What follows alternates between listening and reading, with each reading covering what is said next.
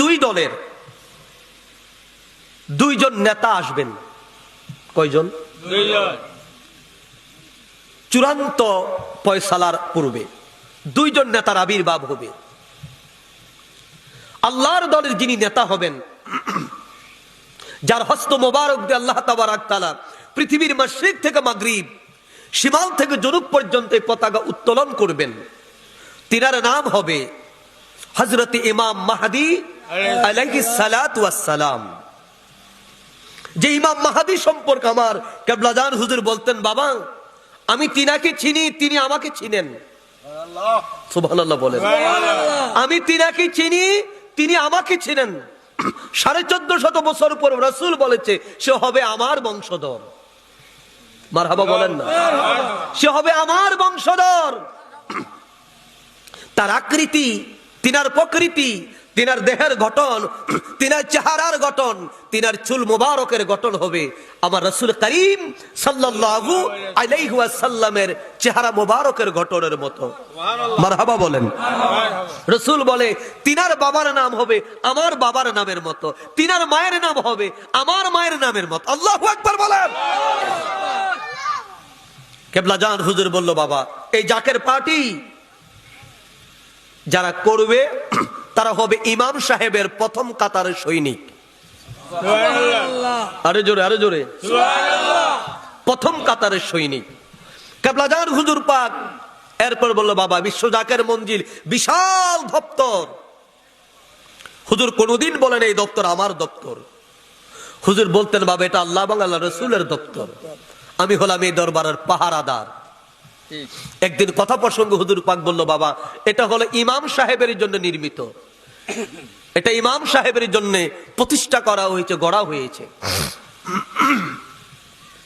তাহলে একজন নেতা পেলাম আল্লাহর দলের, আর শয়তানের দলের যিনি নেতৃত্ব দিবেন। ইতিমধ্যে বিভিন্ন মিডিয়ায়, বিভিন্ন সোশ্যাল মিডিয়ায় আমরা নিউজ পাচ্ছি, জাতীয় আন্তর্জাতিক নিউজ আমরা দেখতে পাচ্ছি, সেই শয়তানের দলের নেতার রাজধানী হবে ইসরাইল। কোথায়? ইসরাইল। তার নাম হবে দাজ্জাল। কি নাম? মাসিহুদ দাজ্জাল।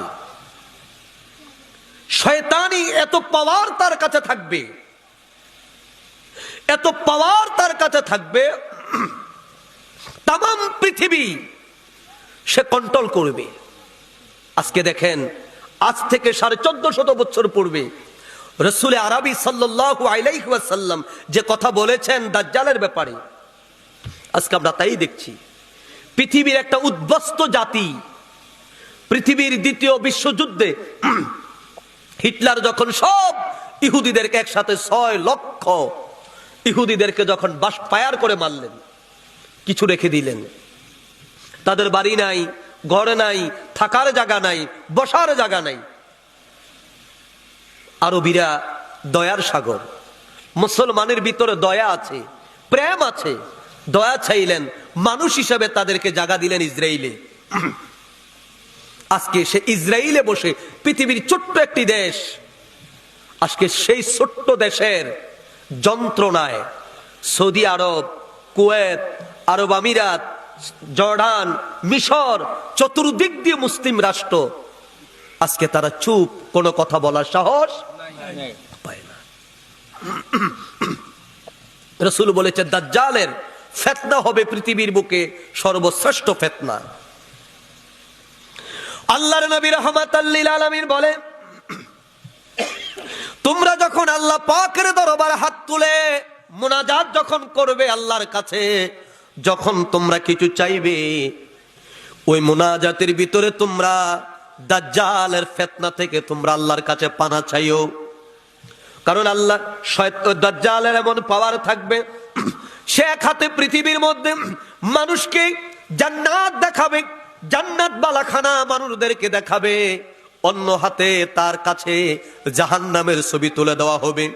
রাসূল বলে, দুনিয়ার মানুষগুলো আতঙ্কিত, শঙ্কিত, ইমানের দুর্বলতার কারণে, ইমানের সংকীর্ণতার কারণে অনেক মানুষ ওই দাজ্জালের দেখানো বালাখানা তারা মেনে নিবে, দাজ্জালকে তারা খোদা পর্যন্ত তারা মেনে নিবে।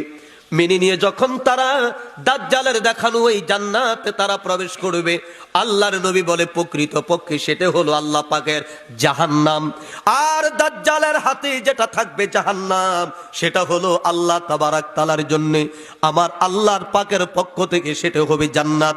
জবান খুলে বলেন মারহাবা। সুতরাং তোমরা দাজ্জালের ধোঁকায় তোমরা পতিত হও না। আল্লাহর নবী রাহমাতাল লিল আলামিন বলেন, আমার উম্মতদেরকে যখন এইভাবে যখন ফিতনার মধ্যে ফেলে দিবে, দাজ্জালের ফিতনা যখন চূড়ান্ত পর্যায়ে চলে যাবে, আল্লাহ রাব্বুল আলামিন আল্লাহ তাবারাক তাআলা হযরত ইমাম মাহদীকে প্রেরণ করবেন। ইমাম মাহদীর নেতৃত্বে পূর্ব দেশ থেকে কালো পতাকাধারী, পূর্ব দেশ থেকে কালো পতাকাধারী একদল ইমানদার লোক তারা আল্লাহু আকবার স্লোগান দিয়ে দামেস্কের দিকে তারা রওনা হবে। জবান খুলে কোন মারহাবা। দামেস্কের দিকে তথা সিরিয়ার দিকে তারা রওনা হবে। আল্লাহর নবী রাহমাতাল লিল আলামিন বলবে, ওই মানুষগুলোর ঈমান এত মজবুত থাকবে, ওই মানুষগুলোর ঈমান এত কঠিন প্রাচীর থাকবে, হাজারো বাধা বিপত্তি দিয়ে কেউ তাদের আটকে রাখতে পারবে না। ইমাম মাহদী আলাইহিস সালাতু ওয়াস সালামের দলভুক্ত যারা হবে, আল্লাহ তাবারাক তাআলা তাদেরকে এমনি ভাবে সাহায্য তাদেরকে করবে, এমনি ভাবে তাদেরকে আল্লাহ তাবারাক তাআলা মদদ করবেন, মদদ তাদেরকে দিবেন। বৃক্ষ তাদেরকে সাহায্য করবেন, মাটি তাদেরকে সাহায্য করবেন, পাথর তাদেরকে সাহায্য করবেন।